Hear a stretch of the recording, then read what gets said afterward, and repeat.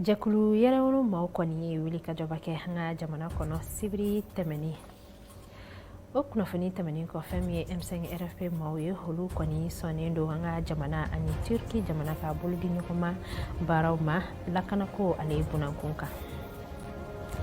Suina farikolo ɲɛnajɛ o kunnafoniya bɛ tali kɛ Coupe du Mali san 2021 san 2022 baaraw kan. An filɛbagaw ninnu ye kunnafoni kumabaw ye an bɛna dɔ fara minnu kan ka olu las'aw ma. Hayaw bisimila an ka kunnafoni kɛnɛ kan.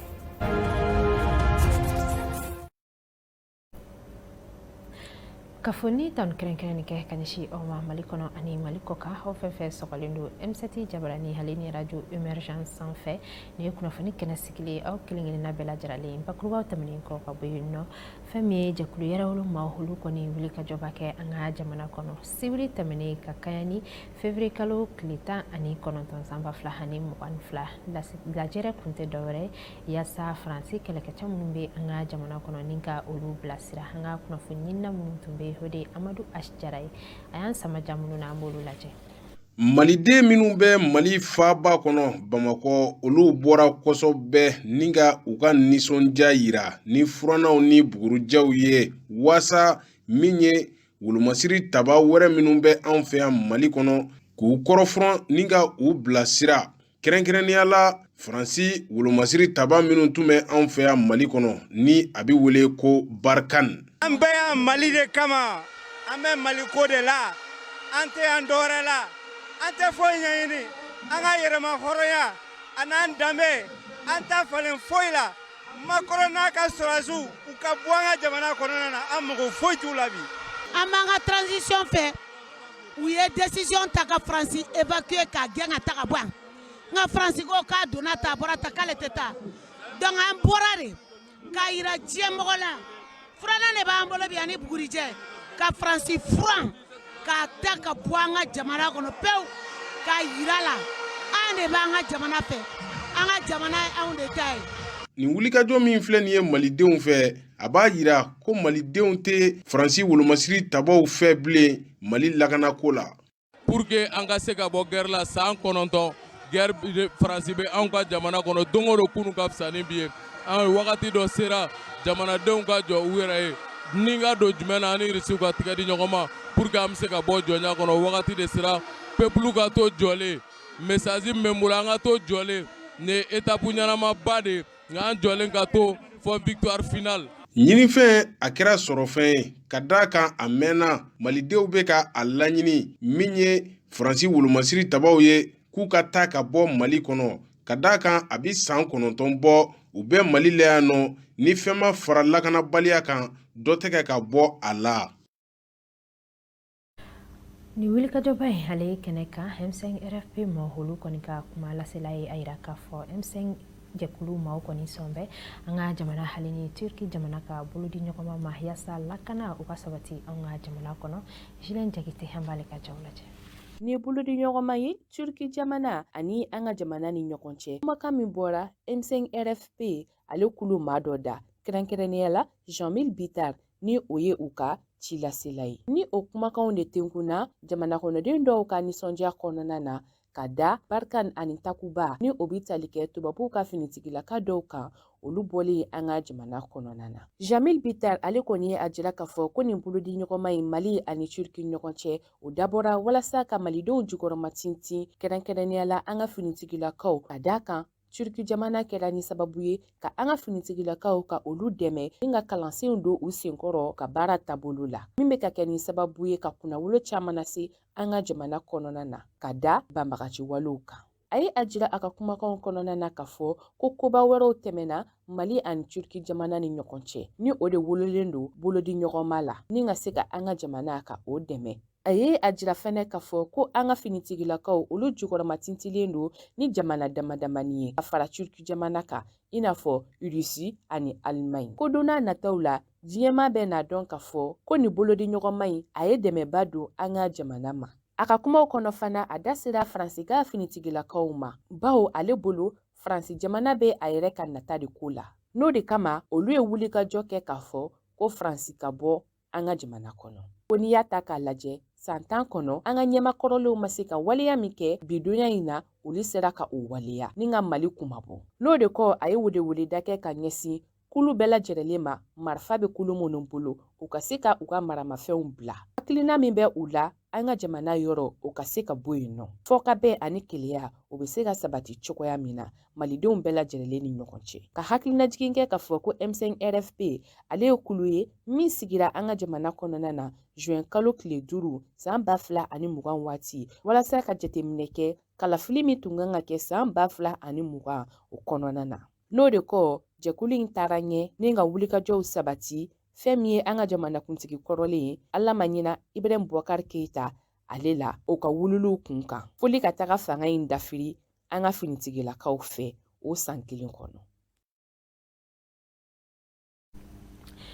Dɔgɔkun tɛmɛnen fɛn min ye Orange fo ka taa se Sotelma Malitel mɔgɔw ma olu ka lafasatɔnjɛkulu ma o kɔni ye lajɛrɛba kɛ ni ka lase min ni u kɔni tun ye baarabila cari ko fɔ min baaraw daminɛna bi a bɛna tali kɛ tile 5 ale kan ka kɛ ni fɛn kɔni ye laɲini dɔw kɔni kɛra ni ka tɛnku la wari hakɛ dɔ bɛ u kan k'o sara jamana ye ni o ma kɛ Orange ale ni Malitel maaw fɛla ye baara hukumu kɔnɔ u ye baarabila cari in kɔni boloda bi an donna dugu kɔnɔ ka jamana kɔnɔdenw kɔni hakilinata ka o ɲininkali kɛ an b'u ka kɔrɔfɔw lamɛn. Ne bɛ se ka yɔrɔnin mun fɔ Orange mɔgɔw ni Malitel mɔgɔw ka grève la o ni gouvernement ka bɛn kan kelen na u ka se k'a dabila parce que yɔrɔ dɔ la olu yɛrɛ bolo u bɛ ka clients déranger mais u bɛ k'u yɛrɛ de déranger parce que gouvernement ye amandi mun f'u ye nye yɔrɔnin mun bɛ journal la u bɛ se k'a sara u bɛ tile k'an ka wariw tigɛ Orange bɛ se k'a sara u bɛ tile k'an ka wariw tigɛ n'i ye jigiya ta u b'a tigi kun répondeur u b'a tigi kun a bɛɛ u b'a tigi kun donc u bɛ se k'a sara o ma se grève ye malikura ko do u ka sabali gouvernement ye mun fɔ pour que an bɛɛ ka taa ɲɛ u k'a sara a k'u ka dabila o de kɔni ɲɔgɔn tɛ. Layi Orange ni Malitel u ka grève ko in kɔni ne kɔni bolo a t'an si arranger n'a ye nafa don a bɛna tiɲɛni fana kɛ parce que an yɛrɛ de ye Orange ye an yɛrɛ de ye Malitel ye parce que an denw n'an dɔgɔninw de bɛ baara k'a yɔrɔw bɛɛ la Mali kɔnɔ yan nɔ ani diɲɛ fan wɛrɛw taw kɔni o fɛnɛ kuma wɛrɛ mais Mali kɔnɔ yan maliyɛn denw dama de bɛ baara k'a la grève in t'an arranger faamaw k'a lajɛ u ka fɔka bɛn kɛ ka se ka solution wɛrɛ sɔrɔ min tɛ grève ko in bɛ se ka bɔ a ma cogo min na o de kɔni ka d'an ye. Grève ko ninnu i b'a kalama fɔ dɛsɛ de mɔgɔw bila la grève ma ɲi jamana yɛrɛ ma fɔlɔ i y'a faamuya parce que Mali an bɛɛ de ta ye an kan ka solution ɲini Mali bɛ se ka dilan cogoya min na an bɛ se ka avancer cogoya min na toujours parce que mɔgɔkɔrɔba y'o ta kɛ an denmisɛnnin minnu bɛ sisan an de kan ka wuli ka jɔ an jɔyɔrɔ la an ka jamana dilan ka ɲɛ an ka baara kɛ grève ko ninnu kɔni tɛ an ka hakilina ye pour que ni solution bɛ sɔrɔ a la o ka kuma ni ɲɔgɔn ye pour que grève ka bɔ ma a kan ka dilan cogoya min na o ka dilan jamana ka taa ɲɛ quoi o de ka di an ye grève babali nafa foyi t'a la a bɛ an lasigi kɔ de quoi donc ne kɔni bolo o de bɛ ne fɛ k'a fɔ maliyɛn bɛɛ ye donc o temps kɔnɔna na maliyɛn den bɛɛ folen don ala ka jamana basigi. K'aw kunnasirilen bɔ jamana marabolo kunnafoniyaw la Kanja Tarawele hali jamu fara ɲɔgɔn kan an b'olu lajɛ. A ye aw bisimila a ka bi marabolo kunnafoniw na an bɛ fɔlɔ Kayi bloc-den 3 ani ɲɛgɛn 3 o kɔni dilanna Sekura dugu kɔni kɔnɔna na ni a dayɛlɛni baaraw kɔni kɛra arabadon février kalo tile 16 san 2022 Sekura dugu kɔnɔna na. Ni yɔrɔ kofɔli ninnu kɔni jɔra Sekala lakɔlimɛtiriw kɔni jabala la Kayikaw fɛ yen wa sefa wari $19 de donna ni baara nin dafɛ ni a kasabi kɔni bɔra Denmark Royaume maaw kɔni kun. Halisa an bɛ to Kayi marabolo kɔnɔ kɛrɛnkɛrɛnnenya na Bafulabekaw fɛ yen nɔ sefa wari $52 o kɔni donna kɛnyɛrɛye baarakɛyɔrɔ dɔ kɔni jɔli la Bafulabekaw fɛ yen nɔ. Ni yɔrɔ kofɔli in kɔnɔ u bɛna kilasi 6 jɔ ɲɛgɛnw ani gwa belebele 1. Ni yɔrɔ kofɔli nin kɔni bɛ ka jɔ Bafulabe ni an ka taa maaw kɔni ka kelenya de kɔnɔna na. Ni kalanyɔrɔ kofɔli min dayɛlɛntɔ filɛ nin ye u bɛna denmisɛnnin minnu n'olu kɔni ma dogo lakɔli la u bɛna olu kɔni de degi mɔcɛ kɔni na ni yɔrɔ kofɔli na Bafulabekaw fɛ yen nɔ. A baaraw kɔni daminɛna a bɛ kalo 6 bɔ bi wa a tɔ man jan bilen. Walasa ka dansigi bi marabolo kunnafoniw na an bɛ taga Sikasokaw fɛ yen. kɛrɛnkɛrɛnnenya na Yoroso dugu kɔnɔna na. Tɛnɛn tɛmɛlen février kalo tile 14 san 2022 o kɔni kɛra don kɛrɛnkɛrɛnni Karakana dugu kɔni kɔnɔna na. Kɛnɛya tigilamaw kɔni bolo ni ka maaw lagɛ ani ka fura kɔni fana di maaw ma fu. Min hakilina bɔra an ka finitigilaka minnu kɔni bɛ Sigaso dugu kɔnɔna na kɛrɛnkɛrɛnnenya na opération kɛlɛtigi maaw. Nin baara in hokumu kɔnɔna na Karakana kɛnɛya tigilamaw kɔni y'a yira k'a fɔ ko olu ka nin sɛgɛsɛgɛli kɔnɔna na maakɔrɔbaw kɔni ta cayara kosɛbɛ wa olu ka sɛgɛsɛgɛli fanba kɛra sukarodunbana n'an ko ma ko jabɛti ale ni tension kɔni de lagɛli. Ni ne bɛ dan sigi a ka bi marabolo kunnafoniw na. Farafina ani jamana wɛrɛ kunkanko kunnafoniw holu jaw farala ɲɔgɔn kan Pɛna Sidibe ale fɛ. Guinée Conakrykaw fɛ yen nɔ u ka fanga sina Sidiya Ture ale y'i ban ka bɔ a ka du kɔnɔna na. Kabini Novembre kalo la san 2021 na Guinée jamana ɲɛmaw olu ye baara dɔw daminɛ yaasa ka gouvernement sow k'ulu jate ni k'u minɛ maaw la. Novembre kalo la u ka wasabulon ɲɛmakɔrɔ Amadu Damaro Kamara ale gɛnna ka bɔ a ka so kɔnɔna na. Nin don laban ninnu na nin baarabolo in bɛ ka teriya wa a bɛ du minnu kɔ o ye minnu bɛ u ka Kina n'a bɛ fɔ ma ko cité ministérielle ani cité des chemins de fer o min ye Sidiya Ture ale ka so yɔrɔ ye. Sénégalkaw fɛ yen nɔ Allemagne jamana ɲɛma Frank-Walter Steinmeier ale mun sigira nin y'a dɔgɔkun kelen ye a ka manda filanan na ale bɛ tagamala Sénégal dugu kɔnɔna na kabini karidon sufɛ fo ka taa bila arabadon na. Ni jamana ɲɛma in ale ni a ka maa minnu nana o bɛ tali kɛ minnu ka baara bɛnnen don sɔrɔ ale ni farikolo ɲɛnajɛ koɲɛw ma. Kongokaw fɛ yen nɔ RDC Turki jamana ɲɛma Recep Tayyip Erdogan ale n'a muso kun bɛ taamala Kinshasa karidon wa u ka jamana maa caman kun b'u kɔ. Ni jamana fila ninnu ye u bolona don sɛbɛnna mun bɛ tali kɛ sɔrɔ ale ni lakana la. Nin tagama in bɛ bila minɛ kɔnɔ min ye ka Kongo jamana ale ni Turki jamana k'olu ka baaraɲɔgɔnyaw k'o sinsin. Ethiopikaw fɛ yen nɔ karidon février kalo tile 20 Ethiopie jamana y'a ka baraji kura k'o kɔrɔmɔkariliw kɛ min sigilen don ba sanfɛ n'a bɛ f'o ma ko le Nil. Ni baarabolo min ye ni jamana in ka baaraboloba dɔ ye ale kɛlen don sababu ye furukufuruku ye Ethiopie, Egypte ani Sudan ni ɲɔgɔn cɛ. Ethiopie minisiri ɲɛma Abiy Ahmed ale y'a yira k'a fɔ ko nin baarabolo kura in k'o bɛ Ethiopie jamana ko ka ɲɛ kura d'o ma wagati min na kɛlɛw o bɛ ka kɛ u ka jamana kɔrɔyan fan fɛ. Sudankaw fɛ yen nɔ kabini octobre kalo tile 25 tɛmɛnen na maa 81 olu de bɔnna n'u ni na ni ka maa dɔw wɛrɛ minɛ k'u bila kaso la k'a sababuya kɛ nisɔngoya tagama ye yaasa finitigilaka minnu b'u ka fanga la olu bɛ se ka fanga bila cogoya min na. Ni maa ninnu y'a yira k'a fɔ k'olu b'a fɛ k'u ka maa minnu minɛnen don ko k'olu labila kɛrɛnkɛrɛnnenya la sifinaka cɛman dɔ b'a cɛma min si bɛ t'i jɔ san 17 la somi kelen don k'a fɔ ko min ye polisiw ka ɲɛmɔgɔba dɔ faga janvier kalo tɛmɛnen na.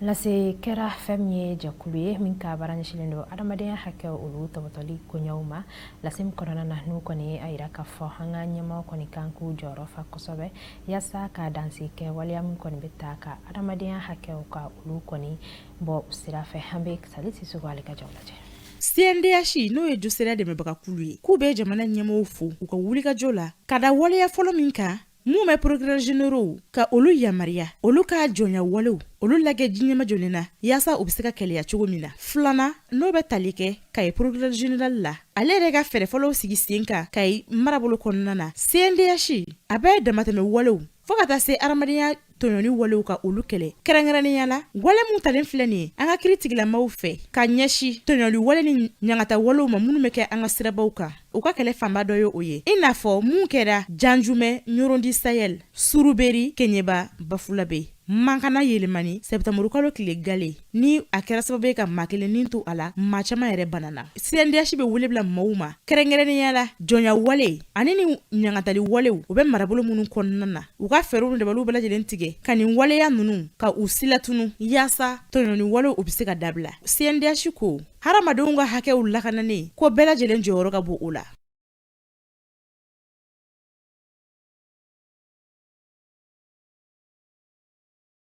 Ka kunnafoni kale kunce Hamidu farikolo ɲɛnajɛ kunnafoniyaw la Coupe du Mali ni u baaraw kɔni daminɛna a dolanci senfɛ Stade Malien de Bamako fo ka taa se Centre Salif Keita olu ma kɔni u kɔda ɲɔgɔn na min kɛnɛ kan Kajatu Bagayogo ale tun bɛ yen nɔ an b'a ka jaw lajɛ.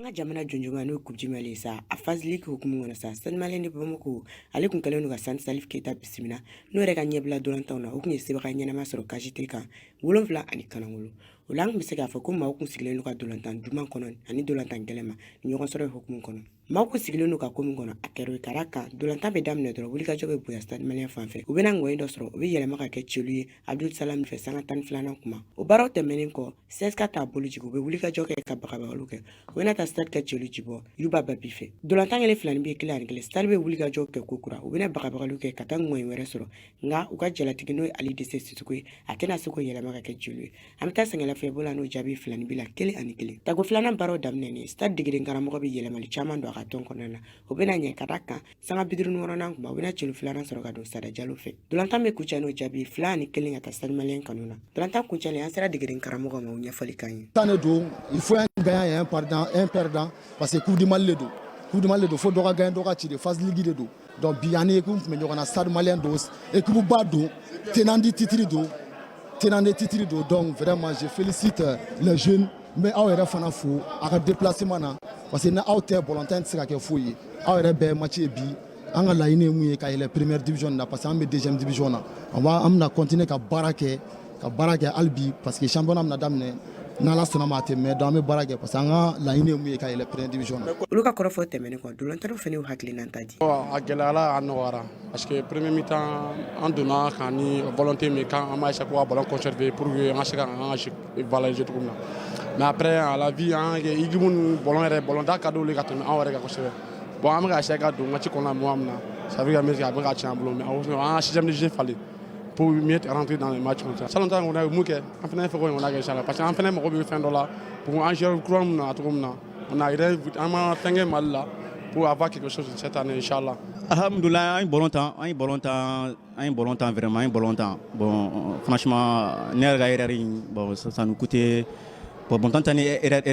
bon avec le deuxième but vraiment moi je prends mon responsabilité c'est ma faute mais voilà c'est le football donc nala sona ame barage pour que ka to no yako jabi me fsa ko sebe Stade Malien dolantana makara ka mi wakati mi ko sa wano ka kene gelalo no bulu doni ula mo be se ga foko ni mena ke hakli nan kura soro le chogo mina wese guga wano ka kene kunglena ka ni fene ni dolantana to ko flana wakati ula sa on créateur de nyare la ale kun ko dale no astral de bamakula ubina laban jigoron para cheru nga sebe ko no kile an kanangolo an filɛbagaw ni farikolo ɲɛnajɛ hɔli bɛ dan sigi aw ka bi kunnafoni ale kɛnɛ na aw sɔgɔlen ka to MCT jabarani hali ni radio emergency fiɲɛ sira ale kan ala ka su yɛrɛ di aw ni ne bɛɛ lajɛlen ma